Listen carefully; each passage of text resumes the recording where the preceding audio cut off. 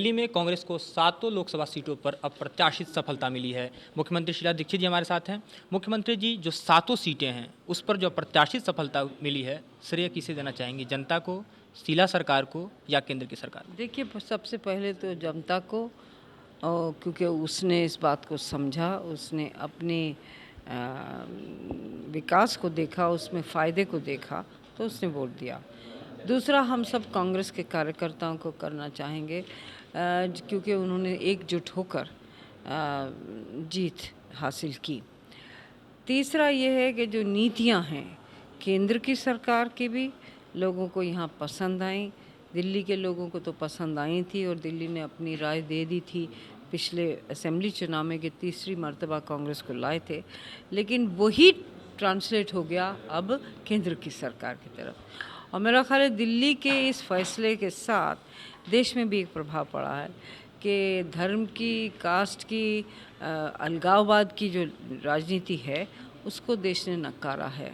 चुनाव के दिन कहें या उसके बाद भी एनालिसिस जो हो रहे थे, सिर्फ कांग्रेस में भी जो हो रहे थे, माना जा रहा था कि 6-1 नहीं तो 7-0 कहीं हो सके। तो खुद पार्टी के असेसमेंट में भी ऐसा रहा, आप लोग भी असेसमेंट करती रहीं, लेकिन यह जो परिवर्तन है, यह क्या आप भी समझ पाई थी? समझ पाए थे, बिल्कुल हम लोग समझ पाए थे, क्योंकि हम जनता के बीच बहुत जाते हैं और हमेशा हम घूमते रहते हैं।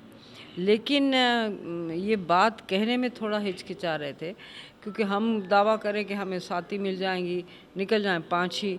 इसलिए मैं हमेशा कहती थी 6 से 1 और होगी तो 7 हो जाएगी, 6 से 1 कम होगी तो 5 रह जाएगी।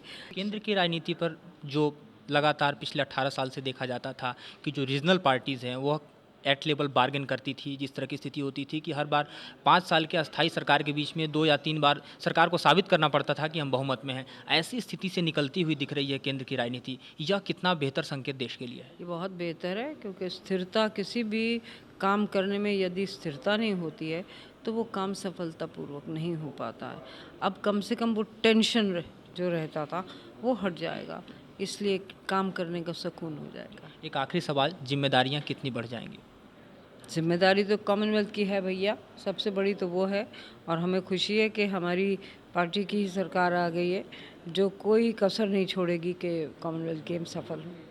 तो जो भी जिम्मेदारियां हैं, सबसे पहली प्रायोरिटी कॉमनवेल्थ की है, लेकिन जो भी सरकार के ऊपर जिम्मेदारियां हैं उसे निर्वाह करने के लिए अब बेहतर विकल्प जो है वह पार्टी के पास होगा, क्योंकि पार्टी अब बहुमत में है और ऐसे में जो यूपीए है वह अपने काम को आसानी से कर सकेगी। कैमरामैन आशीष के साथ मधुरेंद्र कुमार, टोटल टीवी, दिल्ली।